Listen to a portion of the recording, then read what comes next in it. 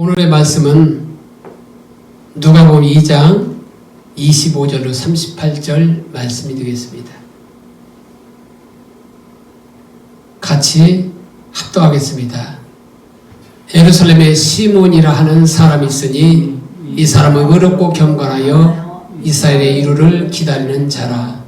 성령이 그에게 계시더라.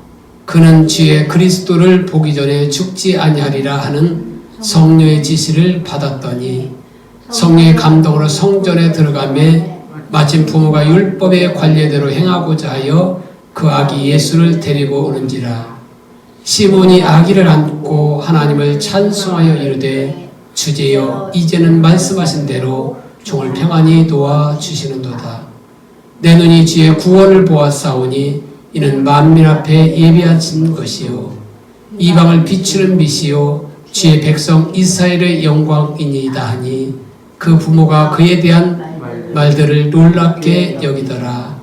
시몬이 그들에게 축복하고 그 영혼이 마리아에게 말하여 이르되 보라 이는 이스라엘 중 많은 사람을 배하거나 흥하게 하며 비방을 받는 표적이 되기 위하여 세움을 받았고 또 칼이 내 마음을 찌르듯 하리니 이는 여러 사람의 마음의 생각을 드러내려 함이니라 하더라. 또 아셀리파 바누엘의 딸 안나라 하는 선지자가 있어 나이 매우 많았더라. 그가 결혼한 후 7배 동안 남편과 함께 살다가 과부가 되고 80세가 되었더라. 이 사람이 성전을 떠나지 아니하고 주야로 금식하며 기도함으로 섬기더니 마침 이때에 나와서 하나님께 감사하고 예루살렘의 속량을 바라는 모든 사람에게 그에 대하여 말하니라. 아멘. 저는 오늘 성탄을 기다린 시몬과 안나 이와 같은 제목을 가지고 하나님 말씀을 서로 나누고자 합니다. 5월 12월 초를 맞이해서 화두가 된 뉴스가 있죠. 이탈리아 시칠리아 섬의 성 니콜라스 축제 행사에 안토니오 스타글리아노 주교가 초등학생들에게 산타크루스는 없다. 산타 복장의 그 빨간색도 코카콜라가 광고용으로 고른 것이라고 말을 했더니 많은 부모들이 어린이들의 동심을 깼다고 발칵 뒤집혔다는 뉴스입니다. 실제 오늘날 산타 이미지가 공고해진 것은 1931년 코카콜라 광고 때부터입니다. 이전까지는 여러 그림이나 사파 등에 등장했던 산타는 체구나 옷의 색깔이 다양합니다. 그래서 논란이 이어지자 스타글리아노 주교는 성명을 내고 산타가 없다고 말한 것이 아니라 진짜와 가짜를 구분할 필요가 있다는 이야기를 나눈 것이라고 해명했습니다. 성탄절 선물을 받을 때면 그걸 받지 못한 친구들에 대해서 생각하고 나눌 줄 아는 마음을 가르치기 위해서 팩트를 폭행했다는 겁니다. 그래서 스타글리아노 주교는 성 니콜라스는 가난한 이들에게 선물을 주었지만 그러나 코카콜라가 창조한 산타크루스는 그렇지 않다면서 상업화된 문화가 크리스마스의 진정한 의미를 해치고 공허하게 만든다고 꼬집었다는 그 뉴스지. 사실 우리가 성탄절을 맞이할 때마다 온 인류를 구원하러 오신 그 예수님이 부각되기보다 그저 산타크루스가 더 부각되고 또한 마케팅이 더 기승을 부려서 세상 사람들이 더 좋아하는 그 날로 변질된 것은 사실입니다. 물론 올해는 코로나 영향으로 성탄과 연말 특수를 가 있음에도 불구하고 자영업자들은 장사를 못해서 힘든 한 해를 보내고 있는 것도 사실이죠. 물론 대형 백화점들은 다를지 모릅니다. 그렇지만 전주는 너무 이게 조용한 것 같아요. 아무튼 성탄절을 맞이하여 오늘 본문에 나오는 시몬과 안나처럼 그 성탄을 기다림으로 주님을 만나는 축복을 누리게 되시기를 예수님의 이름으로 축복합니다. 첫째로 시몬과 안나는 어떤 사람인가? 오늘 25절에 보면 예루살렘에 시몬이라 하는 사람이 있으니 이 사람은 의롭고 경건하며 이스라엘의 이루를 기다린 자라. 성령이 그 위에 계시더라. 이렇게 말하고 있어요. 여기 보면 시몬에 대해서 특별히 소개하는 내용은 없습니다. 근데 이 시몬이라고 하는 이름은 유대 사회에서 보편적인 흔히 쓰는 이름이에요. 우리나라로 말하면 그 일본의 영향을 받아서 이 자자라는 이름이 많거든요. 일본 말은 꼬, 뭐 길자면 미치꼬 이렇게 되지 꼬라는 발음이에요. 그래서 뭐 영자, 순자, 뭐 민자, 뭐 미자, 뭐 이런 이름들이 흔한 이름이 있듯이 시몬이 그런 이름이라는 거. 우리 기독교인들의 흔한 이름 뭐예요? 뭐 영광이, 은총이, 또 뭐 성령이, 뭐 이런 이름 모세, 뭐 이런 게 흔한 이름이잖아요. 그러듯이 그 당시 유대 사회에서 보편적으로 흔히 쓰던 이름이 바로 시몬입니다. 근데 이 시몬에 대해서 그 뭐든 족보에 대해서 나와 있지 않고 그저 이 사람은 의롭고 경건하며 이스라엘의 이루를 기다린 자다. 그리고 성령이 그에 계시더라. 이것만 기록하고 있어요. 근데 이 시몬은 의롭고 경건하다고 하는데 의롭다고 하는 말은 원어에 보면 디카이오스예요. 공정하고 정의로운 뜻을 가지고 있어요. 그러니까 이 말은 하나님에 대한 의무를 충실히 이행하는 사람을 지칭할 때 쓰는 말로서 따라서 의로운 자에 있어서 무엇보다 우선되는 것이 뭐냐? 하나님과 친밀한 바로 관계 가운데 있다는 거예요. 그러니까 친밀한 관계 가운데 있다 보니까 성령이 그에 머물게 되고 바로 그 주님의 그 이루를 기다릴 수 있는 그런 바로 하나님의 축복을 주시게 된 것이죠. 그리고 경건하다고 하는 것은 오늘은 율라베스인데 경건한, 독실한, 뭐 신중한, 두려워하다 이런 뜻을 가지고 있는데 율법의 요구를 면밀하고 세심하게 충족시키고자 행동거지를 주의해야 하는 독실한 유대인들을 지칭하여 사용하는 말로서 시몬이 얼마나 율법을 공경하며 준수했는가를 알 수가 있어요.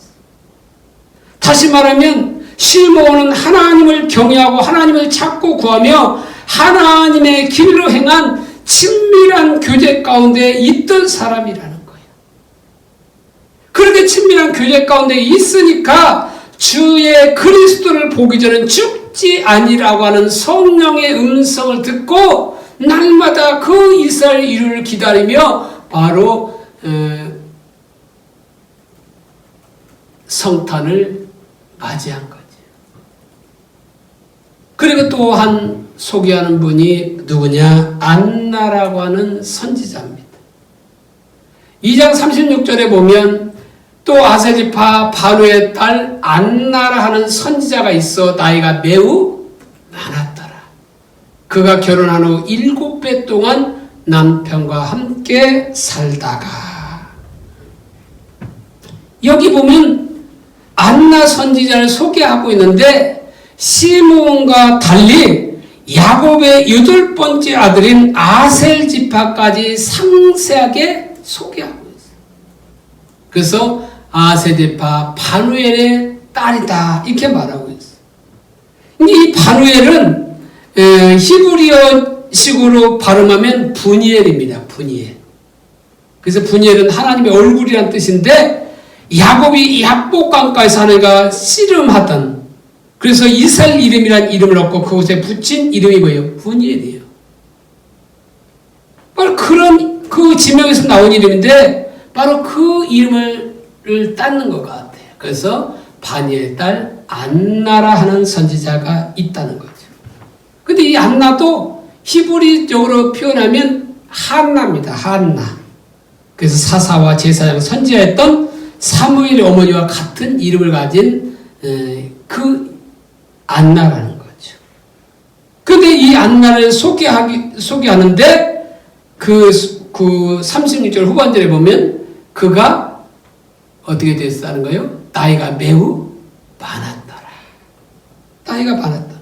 그렇게 말하면서 그가 결혼한 후에 7배 동안 남편과 함께 살다가, 그러니까 7년 동안 남편과 살다가 어떻게 됐다는 거예요? 과부가 되었다는 거죠. 사별했다는 겁니다. 그래서 37절에 보니까 과부가 되고 84세가 되었더라. 이 사람이 성전을 떠나지 아니하고 주야로 금식하며 기도함으로 섬기더니 과부가 되고 84세가 되었더라. 이것이 개역성경에 보면 과부가 된 지 84년이라 이렇게 나왔어요. 그러니까 당시 유대사의 좋은 풍습에 비춰보면 안나는 14세 전후에 결혼한 것으로 추정이 됩니다. 그러면 이때 나이가 이 개역성경에 이걸 보면 바로 14세 더하기 7년 동안 남편 살고 거기다가 84년이 되었으니까 105세로 추정할 수 있죠. 근데 이 개역 개정에도 과부가 되고 84세가 되었더라. 되고 난 후에 84세가 이게 되었는지 이게 명확하지 않아요. 근데 대부분 영어 성경에 보면 84세가 현재 나이가 84세가 된 것을 보여요. 근데 우리 개역 성경이라든지 이거 보면 이게 명확하지 않을 수도 있어요. 그러니까 그 과부가 되고 나서 84년 동안 살았는지 아니면 그 지금 현재 나이가 84세인지 이게 명확하지 않다는 거예요. 근데 영어 성경이 명확해요. 그래서 아무튼 84세가 되었든지 아니면 105세가 되었든지 그 나이는 많은 나이라는 거죠. 근데 이런 많은 나이에도 불구하고 바로 이 안나라고 하는 선지자는 성전을 떠나지 아니하고 주야로 금식하며 기도했다는 거예요.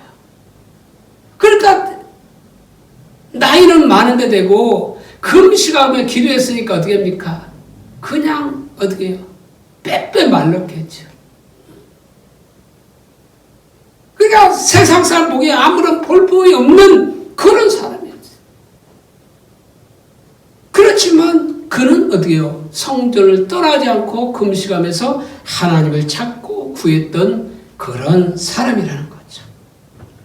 이처럼 바로 하나님께 쓰임받은 사람들의 공통적인 특징 중에 하나가 뭐냐면 바로 시몬과 안나처럼 하나님과 친밀한 관계를 우선시하는 사람이라는 거예요. 누가 성탄절을 맞이해서 하나님을 기다리고 주님의 이루를 기다리고 주님을 만날 수 있느냐? 바로 하나님을 사랑하는 사람이라는 거예요. 하나님과 친밀한 교제 가운데 있는 사람이라는 거예요. 그러니까 우리 신앙의 핵심은 무엇보다도 뭐냐? 하나님과 친밀한 교제예요. 하나님과 사랑의 관계로 우리를 초대한 겁니다. 그러니까 우리가 예수 믿으면 그저 구원받고 천국 가는 그것으로 끝나는 것이 아니라 바로 우리의 매일매일 삶 속에서 하나님과 친밀한 관계, 사랑의 관계를 누리면서 살아가야 된다는 거예요. 그러니까 우리는 이런 관계를 대부분 많은 사람들이 놓치고 있죠. 그저 천국 가는 티켓 얻는 것으로만 생각하지 하나님과 인격적인 관계는 아무런 관계를 맺지 못하는 그런 사람들이 너무나 많이 있는 시대에 살고 있죠. 근데 이런 친밀한 교제는 바로 명령과 규례와 법도를 지키는 것보다 우선되고, 의식을 지키는 것보다 우선되고, 사역을 행하는 것보다 우선되는 것을 우리는 성경에서 보게 됩니다.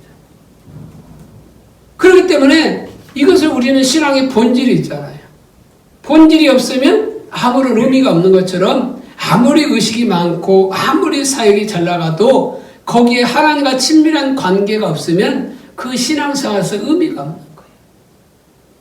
이사야 시대나 에레미야 시대나 예수님의 바리새인들 보면 의식은 너무나 많았어요. 그렇지만 그들에게 없는 것이 있는데 그게 뭐예요? 하나님과 친밀한 교제 가운데 없다 보니까 그 시대에 그들은 멸망을 당할 수밖에 없어요.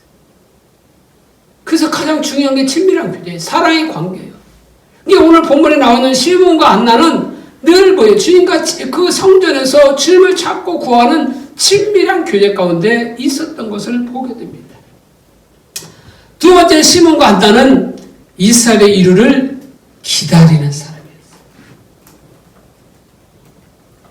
오늘 25절에 다시 보면 예루살렘에 시몬이라 하는 사람이 있으니 이 사람은 의롭고 경건하여 이스라엘의 이루를 기다리는 자라 성령의 귀에 계시더라. 여기 보면 시몬을 어떤 자로 소개하고 있냐? 아까 말했듯이 의롭고 경건하며 이스라엘의 이루를 기다리는 자다. 이렇게 말하고 있어요. 그냥 무작정 기다리는 것이 아니라 물론 하나님의 약속을 기초해서 이스라엘의 이루를 기다렸다는 거예요.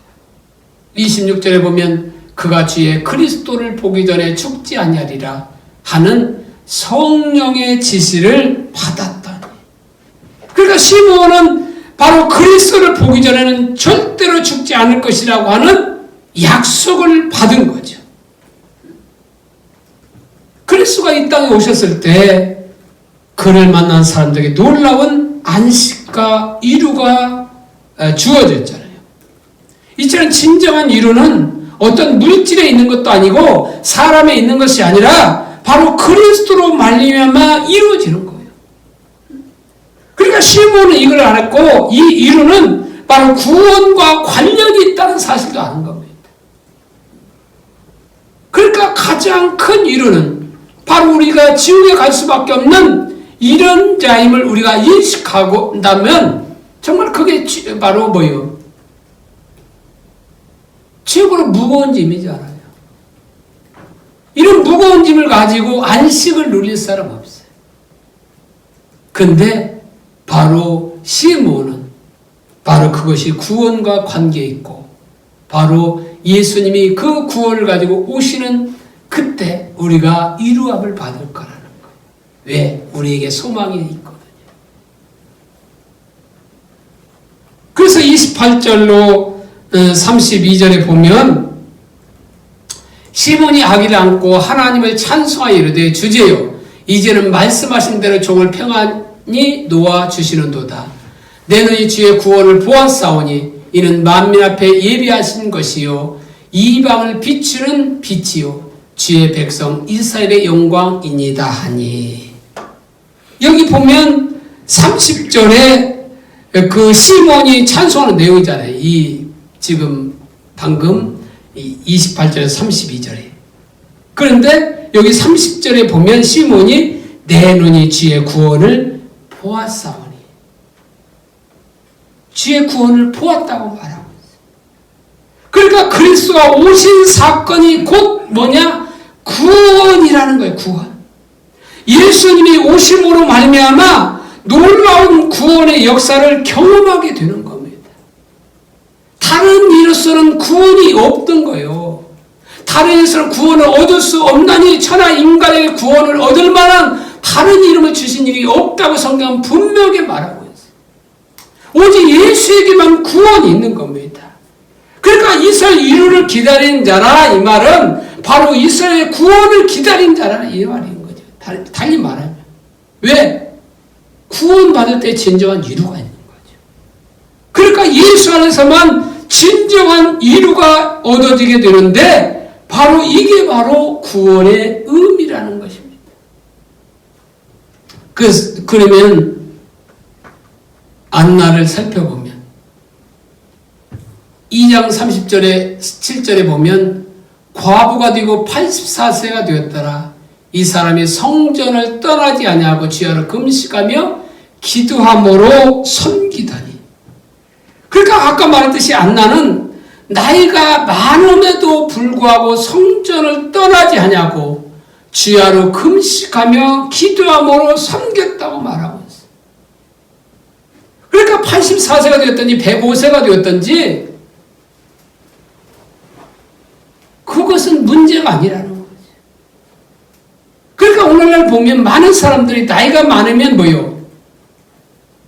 그 세상에서 은퇴하잖아요. 근데 그것은 좋은데 은퇴할 수 있는데 신앙에서도 은퇴하는 거예요. 신앙도 놔버리는 경우가 너무나 많이 있어요. 그러니까 이번에 통계가 나왔다고 하잖아요. 1년 동안 그 예수를 믿지 않는 사람, 믿었다가 믿지 않는 사람이 120만 명이 믿지 않게 되었다고 말합니다. 사실 그들이 원래 믿음이 없는 거예요. 믿음이 있었다면 그들이 하나님을 절대로 떠나지 않아요. 하나님 반드시 오셔요. 심판대로 오셔요.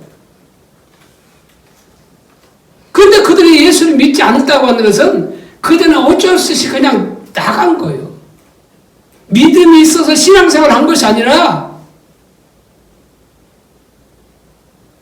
그냥 대대로 왔기 때문에 그냥 모태신앙에서 그냥 나갔든지 아니면 뭐 사업을 하려고 그 수단으로 사람을 이용하려고 교회를 이용하려고 이렇게 나갔던 거예요. 이게 다른 목적으로 한 거죠. 신앙생활 한 것이 아니라 종교생활 한 거죠. 그러니까 믿음이 없으니까 이런 어려움이 있으니까 바로 그들이 다 떠날 수밖에 없는 거예요.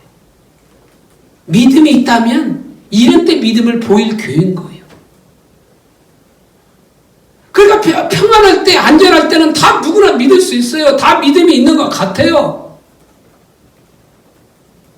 신앙생활 잘하는 것 같아요. 근데 막상 어려움이 오면 와보야 자 광야로 가보야 정말 그들이 믿음이 있는지 믿음이 없는지 드러나게 되었어요.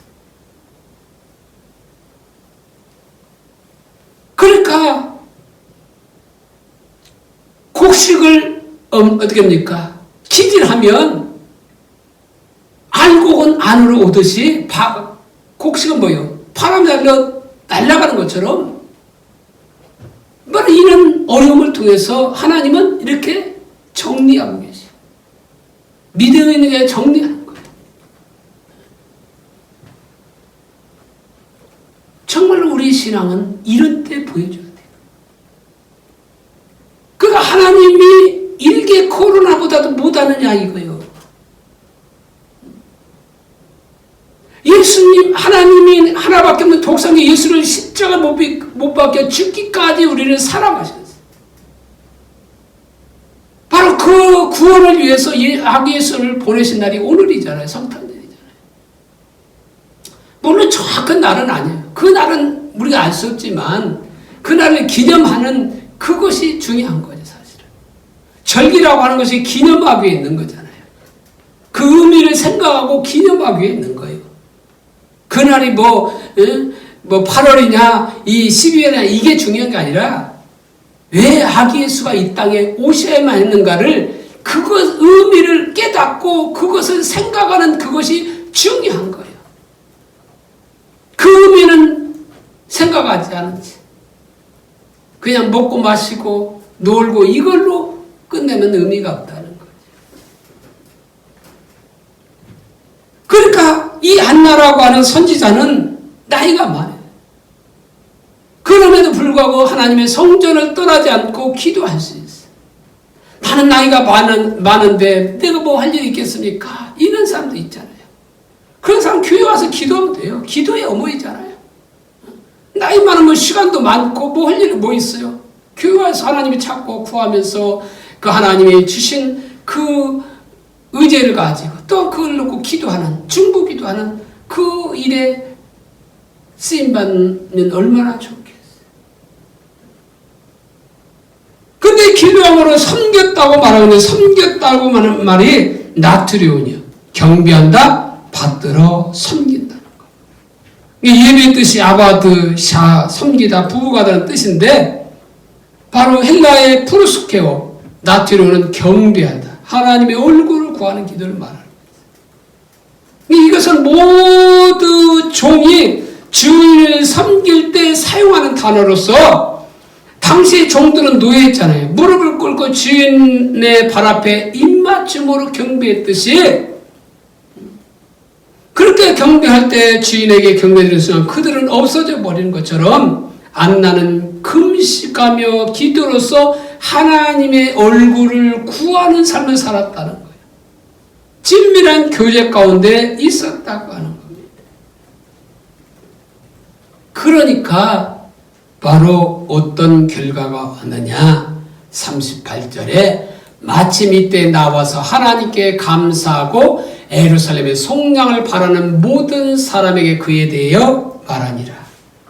마침 이때에 나와서, 우린 여기에 중요해요. 그러니까 그 당시 그 예루살렘 성전에 많은 아이들이 정결례하기 위해서 왔을 거 아닙니까? 근데 그 수많은 아이들이 있는데 누가 메시아인지 어떻게 알아?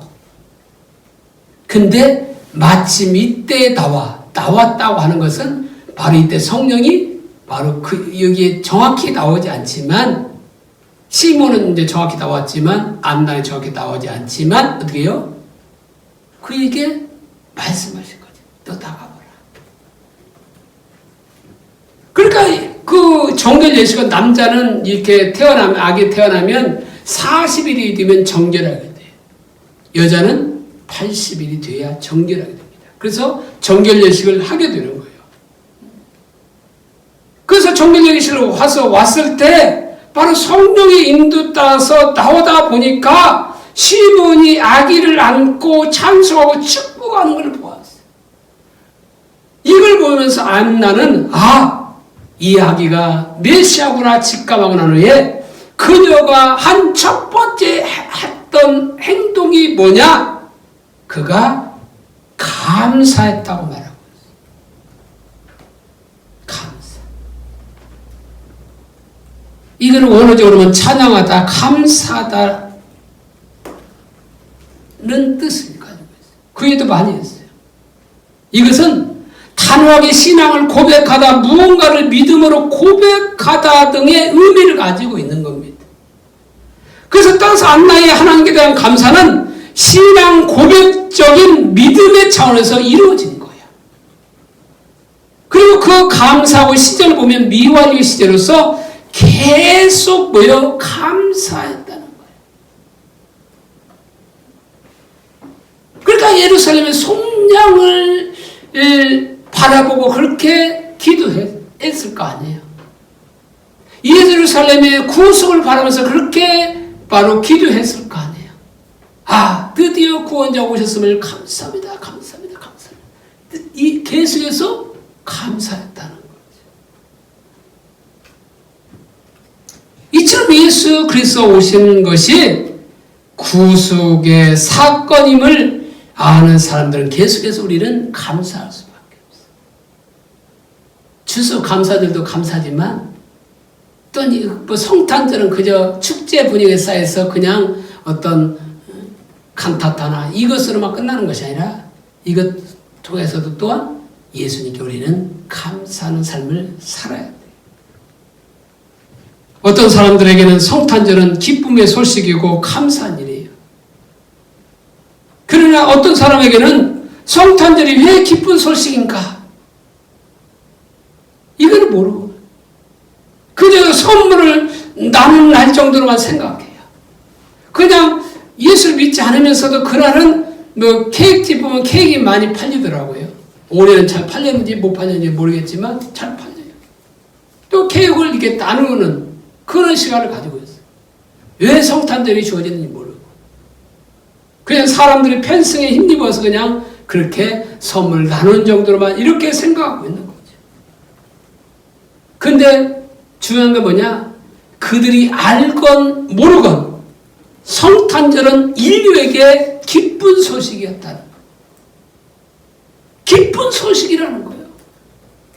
예수님이 오심으로 구속이 있고 진정한 안식과 인류가 있기 때문에 예수님이 이 땅에 오신 성탄이야말로 정말로 모든 인류에게 기쁜 소식이라는 거죠. 안나가 첫 번째 했던 행동이 감사라고 한다면 두 번째 했던 행동이 뭐냐? 속량. 여기 속량은 다른 말로 하면 구속이라고 말하는 것이었어요. 속량을 바라는 모든 사람들에게 부지런히 말했다는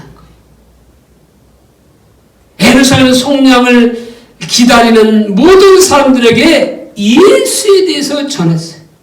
다시 말하면 복음을 전했다.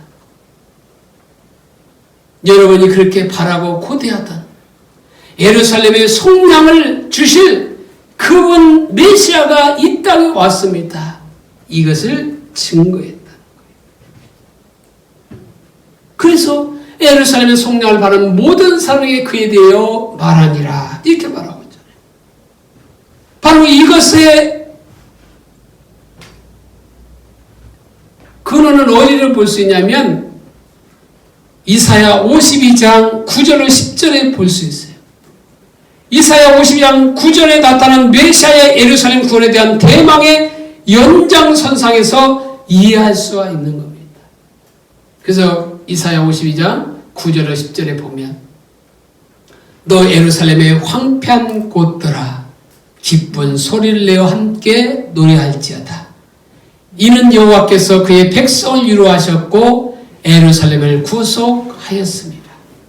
여호와께서 열방의 목전에서 그의 거룩한 팔을 나타내셨으므로 땅끝까지도 모두 우리 하나님의 구원을 보았도다.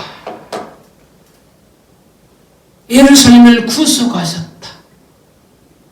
이거는 1차적으로 이스라엘이 바벨론 포로로부터 구원을 받은 그것을 말하는 거예요. 그러나 2차적으로는 메시아를 통한 온 인류의 구원까지도 가리키고 있어요. 왜냐하면 예루살렘의 구속의 결과를 말하는 이 10절에 보면 뭐라고 나와 있어요? 땅끝까지도 모두 우리 하나님의 구원을 보았도다. 여기 보면 온 세상의 백성들이 그 구속을 보았다는 거지. 그 하나님의 구원을 보았다는 거지. 그러니까 본문에도 이스라엘이 구속이 필요하다는 것은 사람들이 죄 가운데 있다고 하는 것을 전제하고 있는 겁니다. 그래서 힘을 만나는 사람들이 죄 가운데 있고 스스로 해결할 능력이 없다는 것을 보았어요. 그래서 그들이 기대했던 것이 뭐냐? 오직 하나님의 일과 하나님의 구속을 기대했던 겁니다.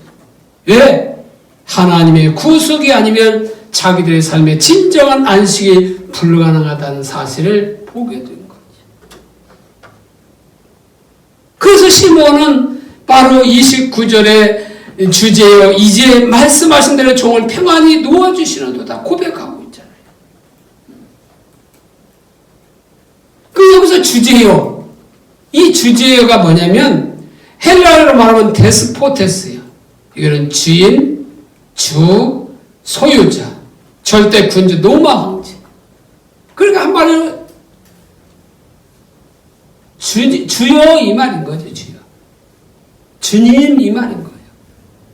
그러니까 이 주라는 단어는 그 당시 누가 쓰던 거예요? 시저에게 쓰던 말이에요.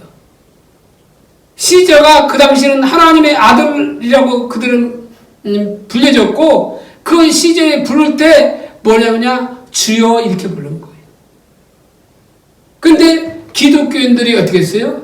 복음 전하면서 그 로마 황제가 주가 아니라 이 땅에 오신 예수가 주라는 거예요. 그러니까 예수 믿는 자들이 핍박을 받을 수밖에 없죠. 그러니까 시몬이 주제요 한 것은 바로 뭡니까? 주님 이건 거죠. 바로 어쩌면 자기 신앙을 고백한다 볼 수도 있는 거죠.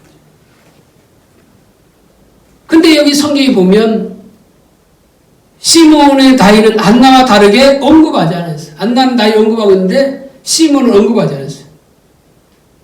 그러나 여기 보면 이제 말씀하신 대로 종을 평안히 놓아 주시는도다. 그러니까 주님을 보기 전에, 그리스도를 보기 전에는 절대 죽지 않는다고 하는 약속이 있었잖아요. 그 약속이 있어서 그거를 날마다 기대하고 고대하고 하나님을 찾고 구하는 그 자리에 있었는데 예수님을 보고 나서 그가 어떻게 했어요? 말씀하신 대로 종을 평안히 놓아 주시는도다. 이것을 보면 어떻게 했어요? 그가 나이가 많았던 것을 보겠죠. 그러니까 그리스도를 보는 게 자기 삶의 진정한 안식과 이루를 경험하는 것임을 바로 고백하게 되지. 그리스도를 보기 전에는. 다시 민수기 보면 보는 것과 믿는 것이 상호 교환적으로 사용된 것을 보게 돼요. 그래서 그들이 이스라엘 백성이 범죄할 때 그들이 불뱀이 와서 그들을 물고 있을 때 하나님께서 모세를 통해서 처방을 주는데 그 장대에 높이 보여 높뱀을 따라서 높이 들어라. 누구든지 보는 자는 살 것이다. 이렇게 말하잖아요. 이거는 신약성경에서 모세가 광야에서 뱀을 든 것 같이 인자도 들려야 하느니 이는 자를 믿는 자보다 멸망치 않고 영생을 얻게 하려 하심이라. 하나님이 세상을 이처럼 사랑하사 독생자를 주셨으니 누구든지 저를 믿는 자는 멸망치 않고 영생을 얻게 하려 하심이라. 이렇게 말함으로써 믿는 것과 보는 것이 상호 교환적인 거예요. 그러니까 그리스도를 보았기에, 이 말은 다른 말로 뭐예요? 그리스도를 믿었기에 평안히 그날에 갈 수 있다고 고백한 거예요. 그렇지 않겠어요? 정말로 한식은 그리스도밖에 없는데 그걸 지금 보고 있는데 그 주님이 오시지 않으면 아무런 소망이 없는데 그 지금 자기 앞에 안고 있는 그가 바로 주님이신데 주님을 보면서 말씀하세요. 종을 평안히 놓아주시는도다. 그러니까 그리스도를 보았기 때문에 안식과 이루가 있었어요. 그걸 주의 구원이라고 말하면서 만민 앞에 예비하신 것이요 이방인에게 비치는 빛이요 이스라엘의 영광이라고 31절과 32절에서 고백하고 있는 거예요. 우리는 왜 성탄을 기다리는가요? 바로 그리스도가 없기는 소망이 없다는 것을 알기 때문에 그러는 거예요. 세상 사람들은 왜 성탄을 기다리지 않아요? 물론 기다리는 사람도 있는데 그거는 뭐 장사 수단으로서 기다릴 수 있죠. 자기가 주인이라는 사실을 몰라요. 이 세상의 모든 것은 썩어 없어질 것이라고 하는 것은 사실을 몰라요. 불타 없어질 것이라고 하는 사실을 몰라요. 예수님은 이미 2000년 전에 이 땅에 오셨잖아요. 거하실 곳이 없어서 그 동굴인 마국간에 그것도 말 먹이통인 구유통에 누이셨잖아요. 그리고 예수님은 오늘날 여전히 우리의 성전 삼고 계시잖아요. 그러니까 오늘날 많은 사람들이 예수님을 받아들이지 않아서 어쩌면 예수님을 다시 마국간으로 내보내고 있는지도 몰라요. 그러나 저와 여러분들은 그 예수님을 우리 마음의 중심에 모셔드려야 하는 겁니다. 시몬과 한나는 이스라엘 이루를 기다렸어요. 시몬과 한나는 자신의 목적에 집착하지 않고 하나님의 백성들의 구속받아야 할 필요에 의해서 중보 기도하는 자리에 섰고 하나님의 목적이 성취되기 위해서 자신의 모든 인생을 거기에 걸고 희생하며 그 일에 동참했던 거예요. 이처럼 저와 여러분들도 우리 자신에게만 초점이 머무르는 자기중심적인 삶에서 벗어나 이 성탄절을 맞이해서 하나님의 목적을 이루기 위해서 기꺼이 헌신하고 희생하는 하나님의 중심적인 삶을 살기를 축복합니다. 시몬도 보면 34절과 35절에 보면 시몬이 그들에게 축복하고 그의 어머니 마리아에게 말하여 이르되 보라 이는 이스라엘 중 많은 사람을 패하거나 흥하게 하며 비방을 받는 표적이 되기 위하여 세움을 받았고 또 칼이 내 마음을 찌르듯 하리니 이는 여러 사람의 마음의 생각을 드러내려 함이니라 하더라. 예수님이 오심으로 많은 사람을 패하거나 흥하게 한다고 말하고 있어요. 이것은 바로 자기들이 의인이라고 여겼던 종교 지도자들, 상대적인 의인의식을 가지고 그 의인의식에 빠져서 주님을 알지 못했던 사람들인 그 종교 지도자들은 예수님을 배짱하고 십자가에 못 박음으로 말미암아 그들은 패함을 입었어요. 그러나 자기들이 주인이라는 사실을 알았고 그것 때문에 고민했던 수많은 사람들은 그들을 위해 구원자로 오신 예수를 믿음으로 받아들임으로 말미암아 흥함을 잊게 되었다는 것. 예수님이 그러기 위해서 오셨다는 것. 뿐만 아니라 예수님은 사람들의 중심을 드러내심으로 많은 사람들의 비방을 받는 바로 표적이 되기 위해서 오셨다는 것. 칼이 내 마음을 찌르듯 하니 중심을 드러낸다는 거예요. 사실 십자가 복음을 전가하면 뭐예요? 자기 중심이 드러나니까 많은 사람들이 십자가 복음을 싫어해요.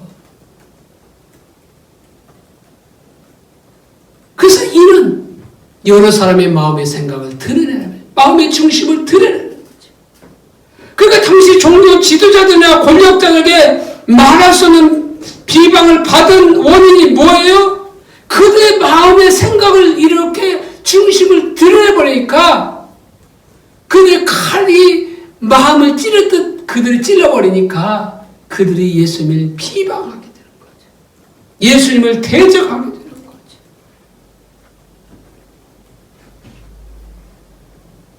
그러니까 우리의 본성이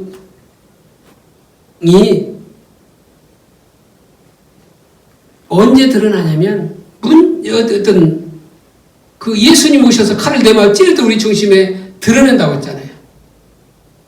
드러낸 이유가 뭐냐면 본성을 드러내는 이유가 뭐냐면 무엇이 문제인가를 보여주는 거예요.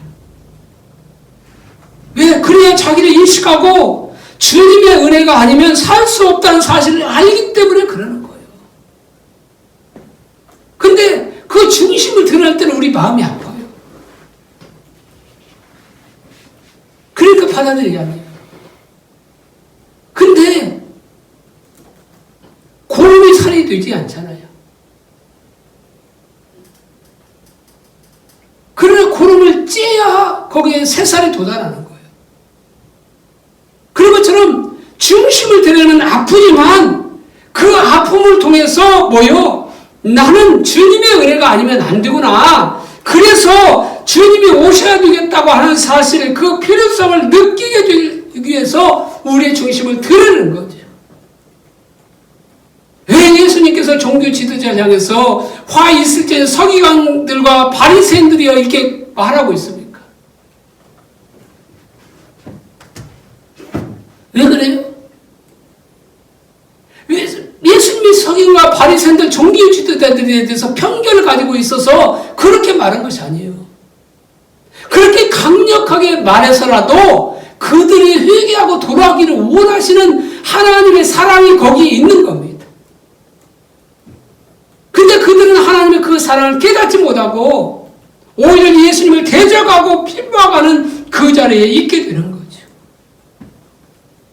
그래서 예수님 비방받는 표적이 되기 위해서 이 땅에 오셨다고 말하고 있죠.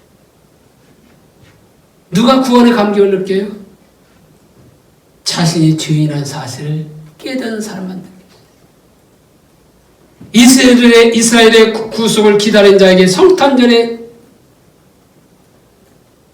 의미가 있는 거예요. 왜? 하나님의 은혜가 아니면 안 되는 걸 보기 때문에 그런 거죠.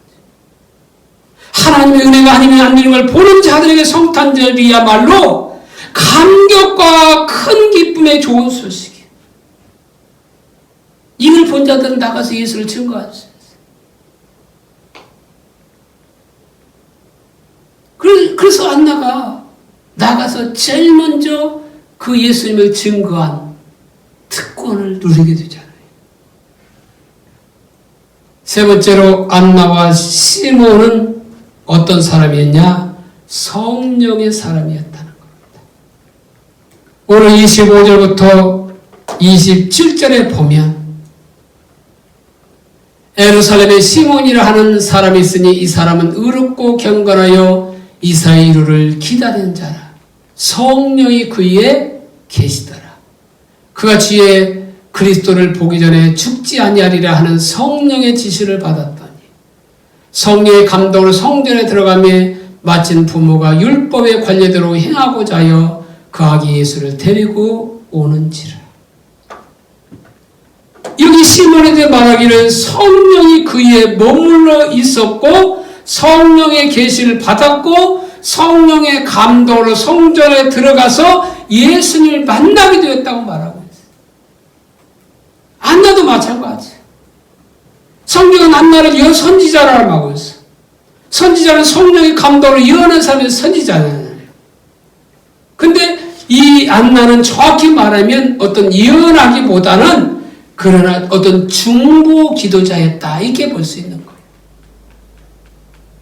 그러니까 중보 기도자였고 그는 하나님의 뜻을 알았던 사람이에요. 왜? 하나님과 친밀한 교제 가운데 있으니까 하나님께서 하나님의 비밀을 그에게 보여준 거죠.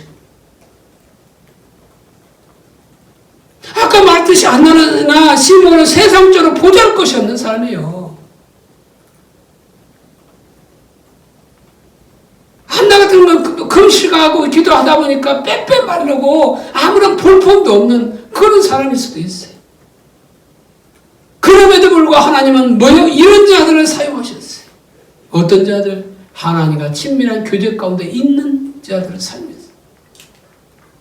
그리고 이들에게 하나님의 행하신 일을 보이게 되었고 메시아가 오셨다는 사실을 제일 먼저 알았을 뿐만 아니라 그 메시아를 만나게 되었고 또한 사모하는 모든 자에게 증거하는 특권을 누리게 되는 거예요.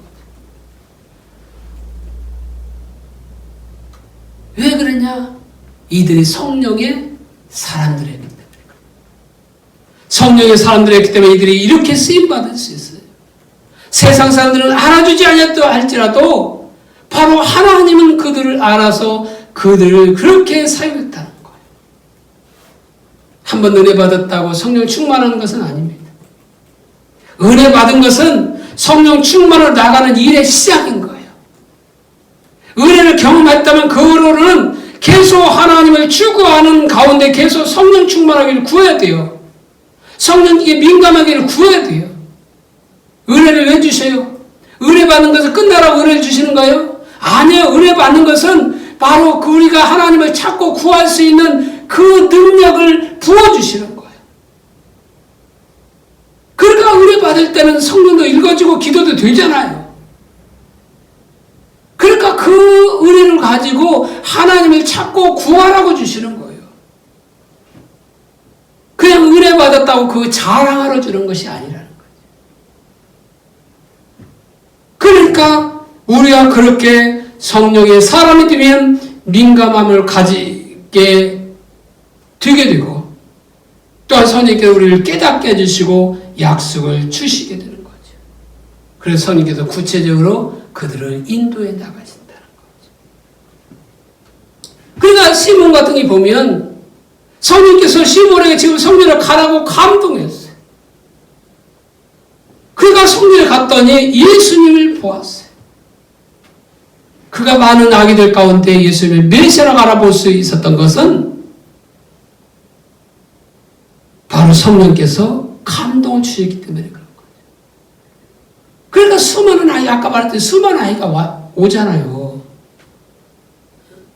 그러니까 이스라엘에 있는 모든 아이들을 데리고 오는데 그 중에서도 바로 언제 오실지 또 오셔도 누구인지 이거 어떻게 알겠어요?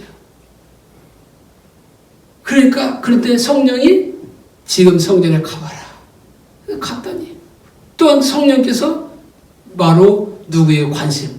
바로 예수님께 관심을 갖게 해서 그에게 그가 메시아라는 사실을 알게 된 거죠.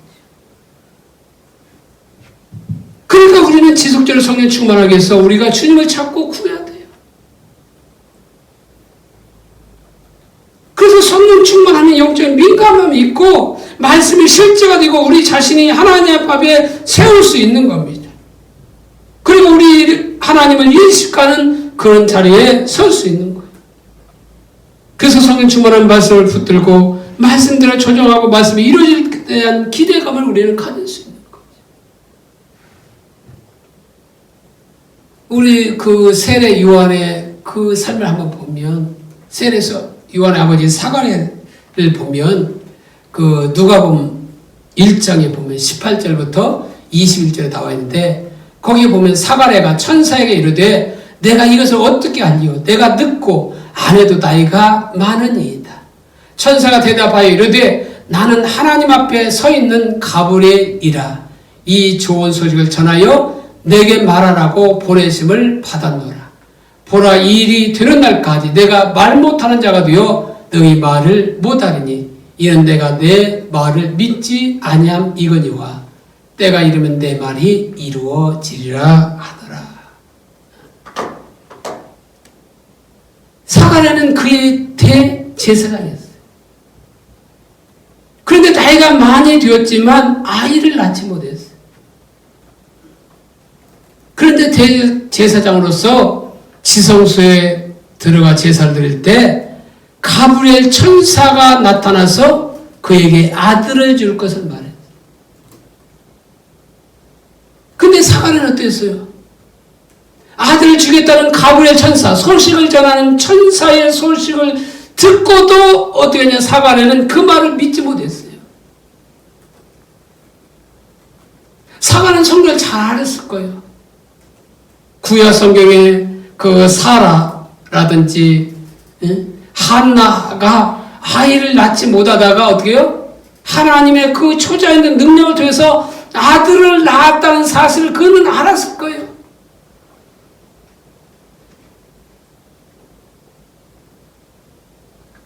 근데 그런 초자적인 역사는 그냥 사라나 한나에게나 해당되지 자신에게는 해당되지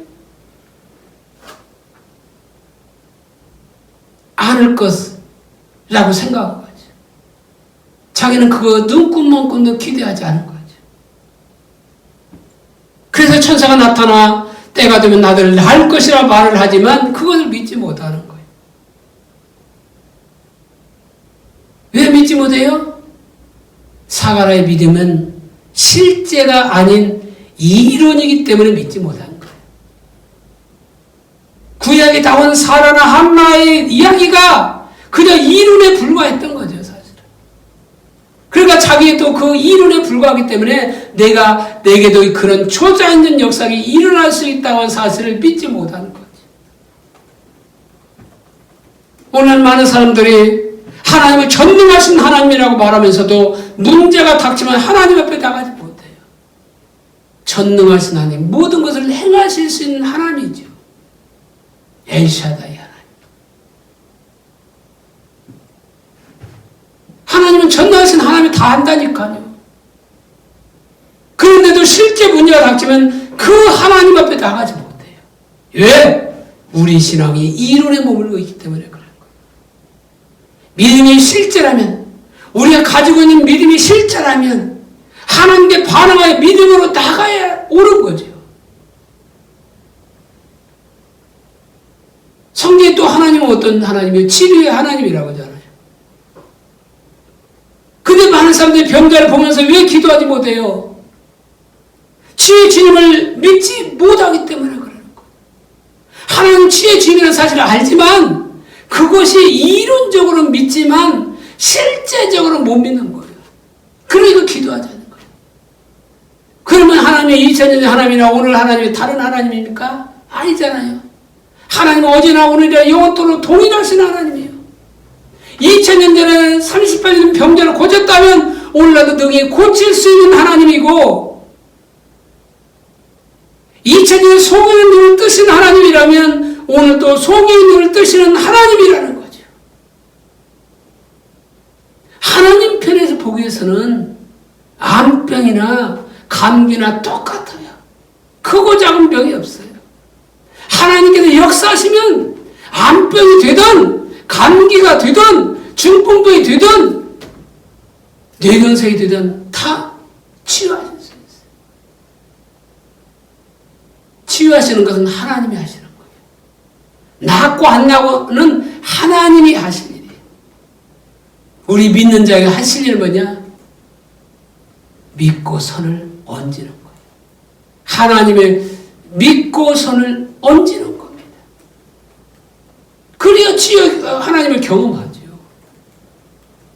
근데 나부터 믿지 못하니까 자기가 고치는 것처럼 생각하니까 내가 은사를 가지고 내가 나눠주는 것처럼 생각하니까 못 얹는 거예요. 내가 이게 손을 얹어서 안 나오면 어떡하지? 이런 생각이 드는 거죠. 불신인 거죠.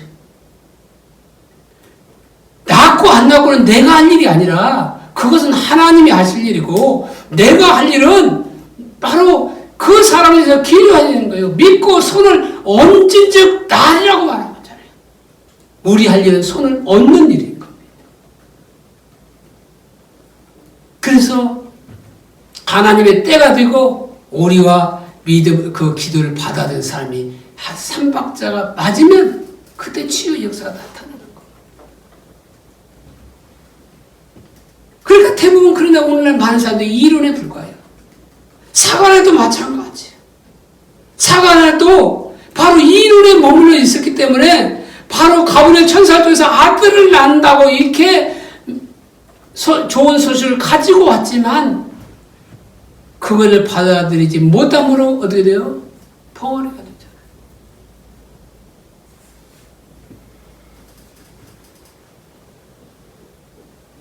성탄절을 맞이해서 동방 박사들이 별을 따라서 예루살렘까지 와서 헤롯 궁정에 들어가잖아요. 예?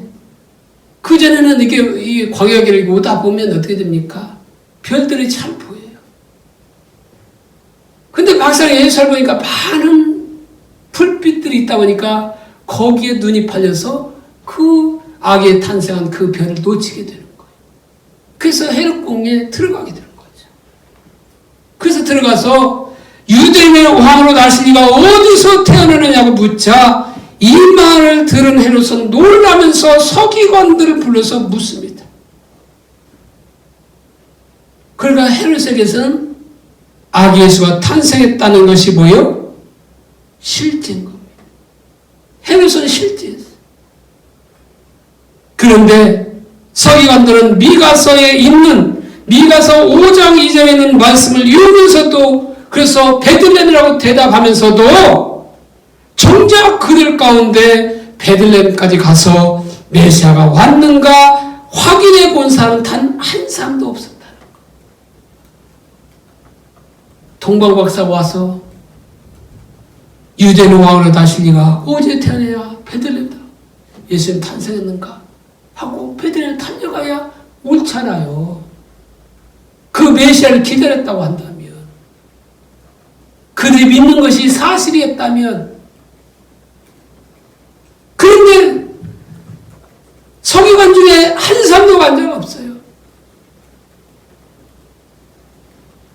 왜요? 서기관들 믿음은 이론에 불과하기 때문에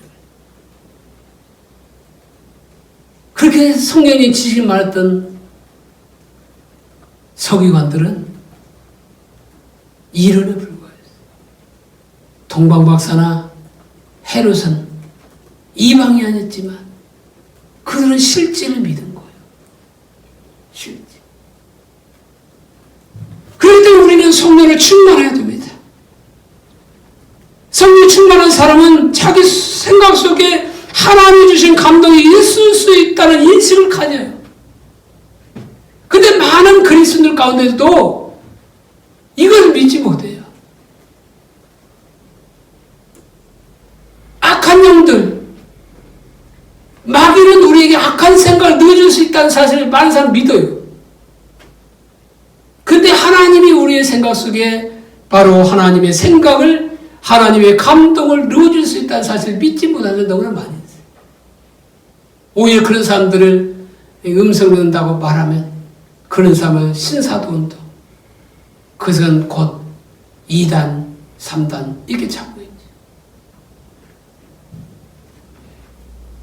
하나님은 우리에게 생각 속에 하나님의 감동을 넣어줬어요. 성령의 감동을 넣어줄 수 있어요. 그래서 그 감동을 받고 시몬은 뭐요? 성전에 들어갔고 바로 예수님을 메시아인 걸 알게 된 겁니다. 안나도 마찬가지. 그러니까 우리가 어떤 생각이 들 때 그 생각을 우리는 무시하지 말라는 거죠. 그러니까 우리의 생각이 모두 다 하나님의 감동은 아닙니다. 그걸 분별해 보여야 돼. 이것이 하나님의 생각인지, 그게 마귀가 주는 생각인지, 아니면 우리의 생각인지. 우리의 생각은 어떤 욕심과 관련이 있고, 마귀의 생각은 죄로 인도하는 그 역할을 하게 되고. 그러면 그걸 제하면 다 하나님의 생각이잖아요.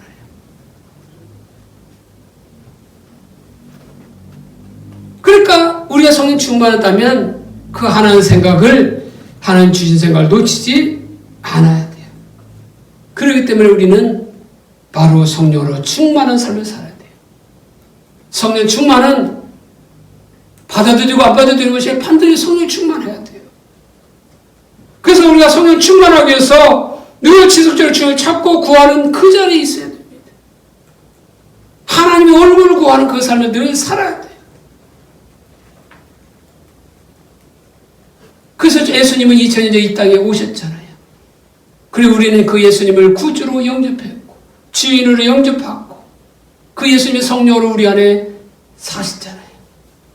뿐만 아니라 그 예수님은 재림하실 것을 약속하십니다. 그럼 우리는 재림을 사모해야 돼요. 그 주님의 오심을 기다려야 돼요. 시몬과 안나처럼 기다려야 돼요. 그리고 다른 한편으로 우리는 주님이 우리 안에 충만히 임하시기를 구해야 돼요.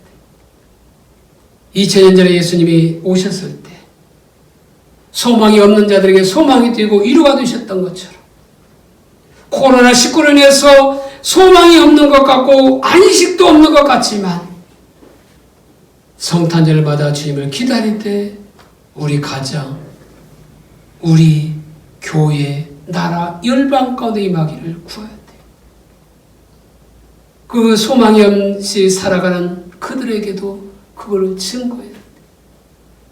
그러므로 하나님 나라가 이 땅에 넓어지고 주님이 구속하신, 주님이 주신 구속의 역사가 모두가 경험됨으로 말미암아 이 성탄절의 말로 온 인류에게 주시는 하나님의 기쁜 소식임을 모두가 받아들이는 그런 성탄절이 되시기를 예수님의 이름으로 축복합니다.